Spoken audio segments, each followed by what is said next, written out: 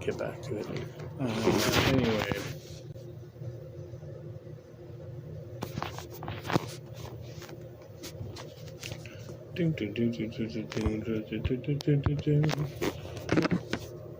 Same way, virtually no sex difference. Sex psychology, sex is such a different animal for women than for men that it would be remarkable if there isn't psychological differences. And the psychological differences we find are some of the largest in all of Hey, Daniel Berry, Sports Highlights. Good to see you. Welcome back. Psychology. They're the equivalent in effect size to the difference in upper body strength between men and women. It's a remarkably strong finding. I mean, I'm not throwing evolution out of the window. I'm not like such a hardcore culturalist that I think that there's absolutely no impact of biological sex differences. I'm saying that like I find it very, very difficult to identify where one ends and the other begins.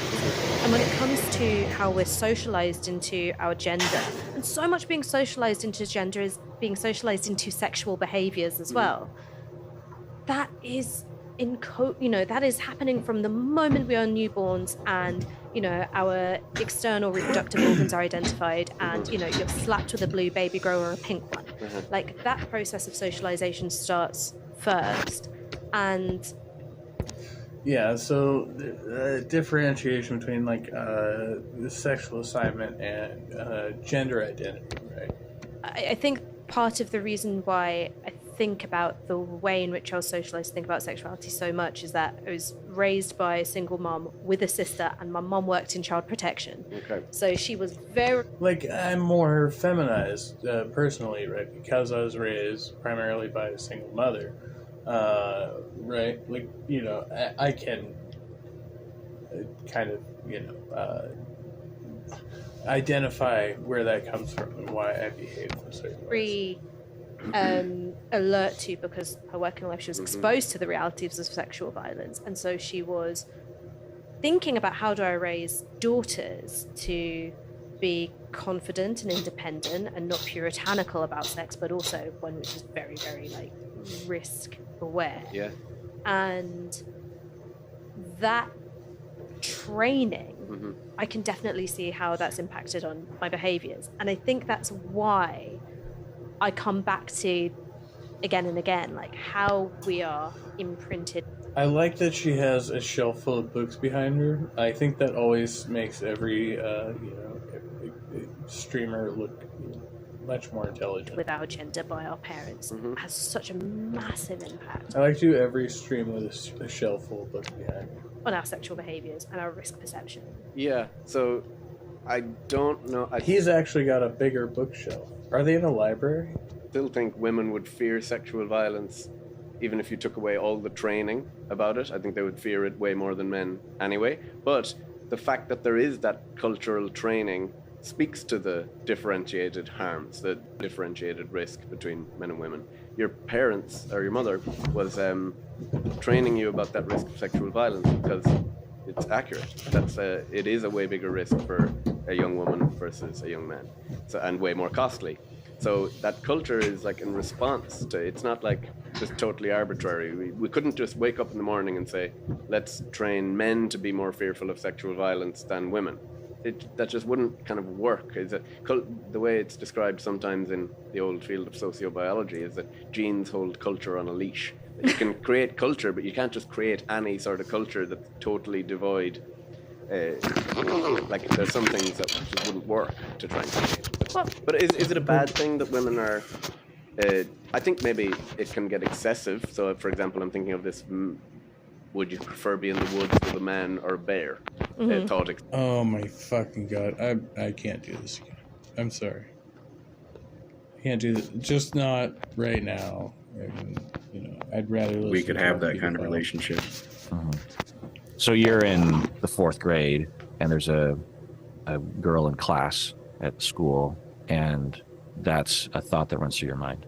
Okay, so I mean, in that context, not necessarily. But if we were in a social situation outside of school together. Was it obsessive or what? No, I don't think it was obsessive. I mean, because I would spend time with the boys, and we would do boy stuff, and that just wasn't something I thought about then. How do you think the other kids your age that you were with during the time. How do you think they feel about it? Do you know? Do you mean how do they feel about it now, or yeah, or then?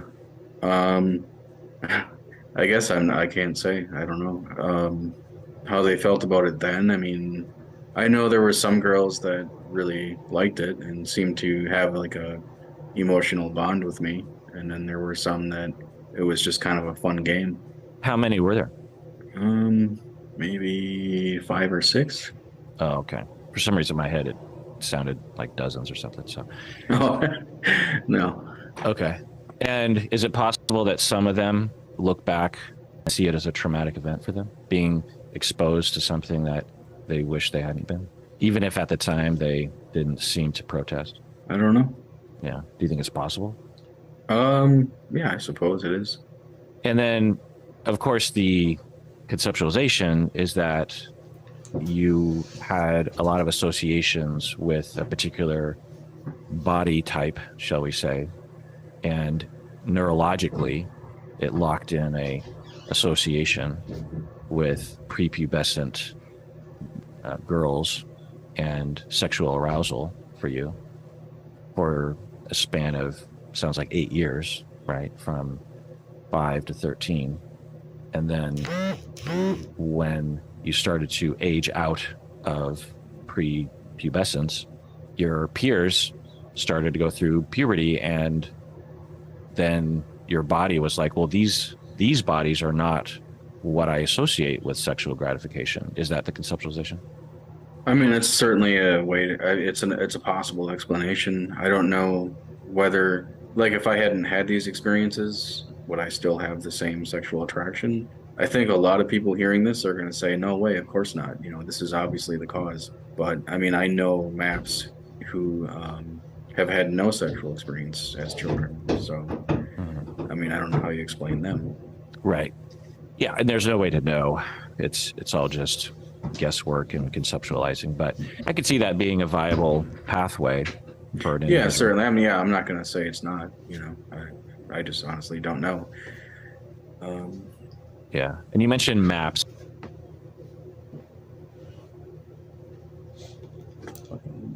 Are minor attracted people or person, right?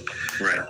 And you were telling me before we were recording that those who identify as a MAP or a minor attracted person typically are committing to non-offending. If you hear someone say, I'm a MAP, they're probably... Right. And they would have to say that, right? Because there's no admission of guilt to a crime, right? It's one of those constitutional amendments or something. But as was discussed earlier in the video, they just it's better to at least have people come out and acknowledge their predilections, and like get treatment of some kind, right? Than to have them offend, right? Which is the worst case scenario.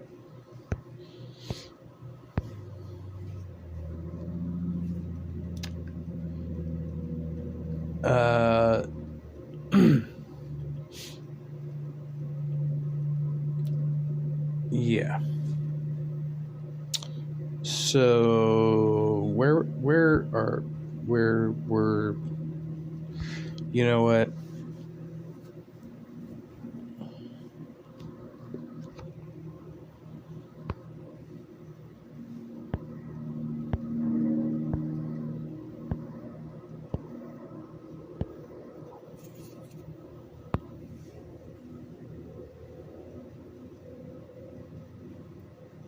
Hey guys, so here I am doing another car video because I felt so invigorated to do a car video today. And I haven't even done anything wonderful to my hair, so excuse my hair, it's not even straightened, drama, these dramas that I have in my life. So, you're just going to have to endure that with me.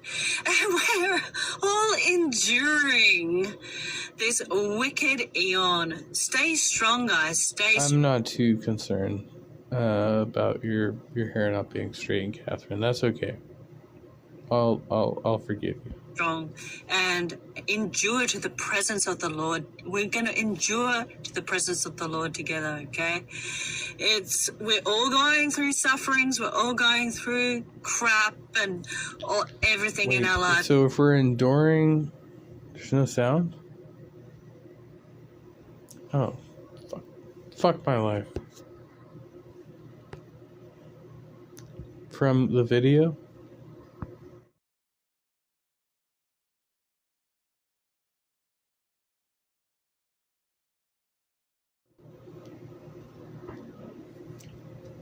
This could get bad. Hold on.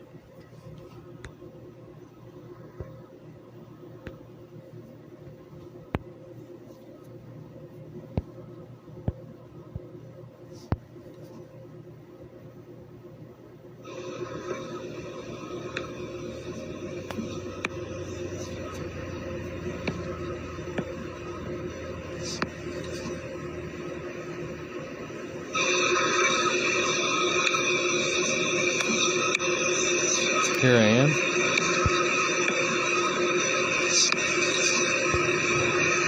I can hear me clicking shit. With a bunch of feedback. Okay. I don't know. I don't know. It's a mystery to me. Alright, so turn this back down.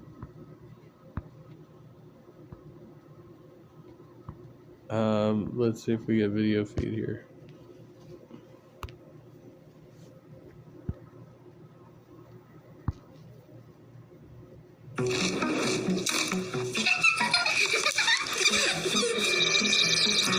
That was fast. I can't believe I keep getting... Would you prefer being in the woods with a man or a bear? A thought experiment that everyone is kind of acting like it's this profound thought experiment, but...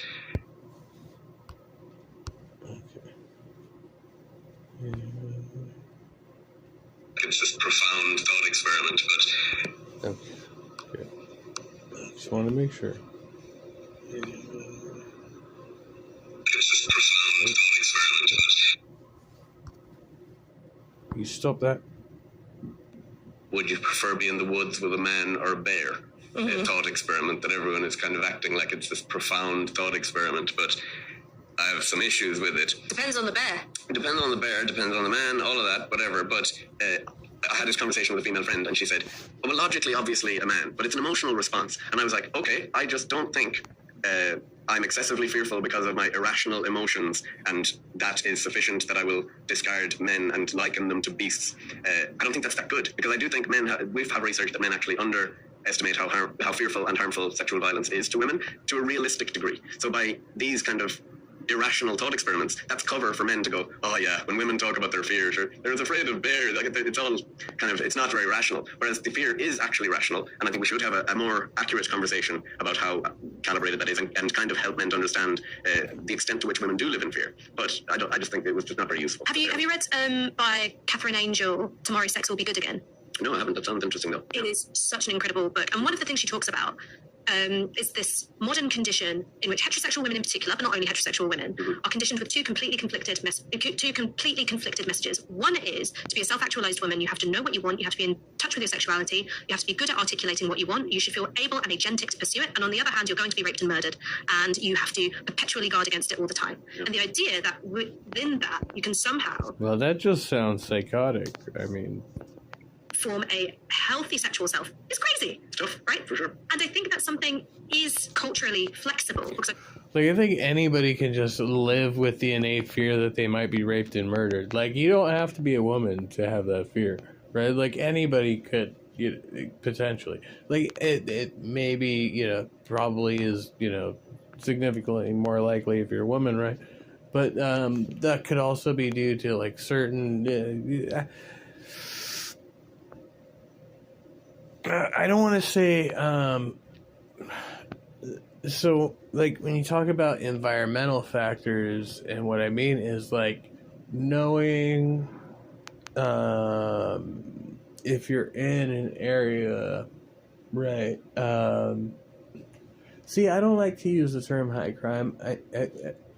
I think if you know which areas are policed and which are not, like you have a better chance of survival if you go through an area that is heavily policed, even if you are committing criminal activities, if your objective is to not be raped and murdered, right? Like, because there are people out there doing worse shit than you, and sometimes the police don't go to those areas or they don't make it there as quickly.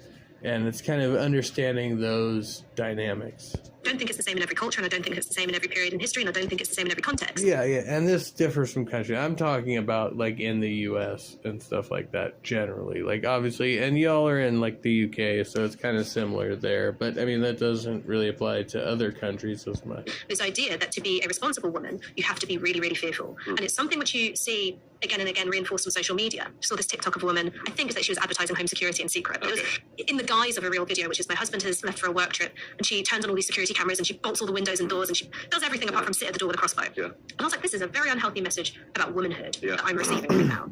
And even when, you know, I talk with female friends, I really love walking by myself at night. I am cautious about where I do that, and because I'm a city girl, it's only places where there are other people walking, whereas my country mouse partner is like, people at night, that's where the scary thing is, you should go to the field. I'm like, no. But like this idea of like, are you doing something reckless or are you doing something not reckless? Strange individual. That is culturally shaped about like, what does it mean to be a responsible woman? What's a responsible amount of fear to have? But it is. You do need to strike a balance, because having no... She likes walking by herself at night. Who could imagine? They're probably someone who also is committing to not offend, to not abuse children, correct? Right. So how did you feel about it when you started to enter into adolescence? Well, I was kind of, I guess, disappointed or slightly depressed over the fact that, you know, I lost this way of connecting with people. And, you know, and especially because that's obviously when my sexuality really ramped up. But I don't know. I mean, I was also starting high school, and, you know, I had a lot going on that was not related to sexuality, so it was pretty easy to minimize. And what decade are we talking about, and how old you are? Well, this would be the 90s. Was it disconcerting to have that attraction? During high school or my teenage years, not really, no. I honestly assumed everybody did. I just thought it was something we didn't talk about. Do you act on it? No, I haven't. I mean, not since I was a prepubescent myself. Okay. I mean, I have with adults. But not with a minor. Right. And just in case people are wondering, there's a little bit of rumbling, and that's your yeah, I'm sorry with that. No, it's not your fault. I just, if people are listening, like, what's that noise?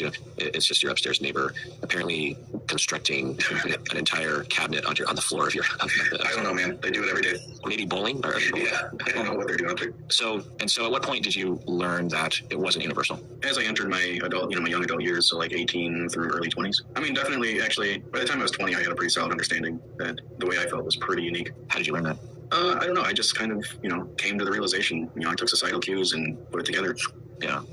And how did you feel about it? I can remember a specific moment when I had a realization and a panic. I mean, it gave me a panic attack. Yeah, I just remember I was in my room, I was just sitting there thinking about, I think, a particular girl, but then I started to think, I just really love little girls. Like, man, are they something else? And then I'm like, oh shit, you know what? I think that means I'm one of those people. And it was pretty terrifying to realize, oh, I'm like the most hated kind of person in the world. And then what? I don't know. I guess around that time, I just tried to put it out of my mind. I started to do a lot of drinking and using drugs. I used drugs for a long time. I mean, I started when I was in my 20s, and I didn't stop until... Do jujitsu, get choked out by as many men as possible. I almost fell asleep. Okay. So, what happened? What were we talking about? Those cat-chasing mouse pictures. As a matter of fact, it isn't. It's a dog-chasing cat picture. And that's Brandon's stream. Alright, I gotta go do something. I'm fucking falling out here. Alright, much love. Be well. Happy Thursday and shit and stuff.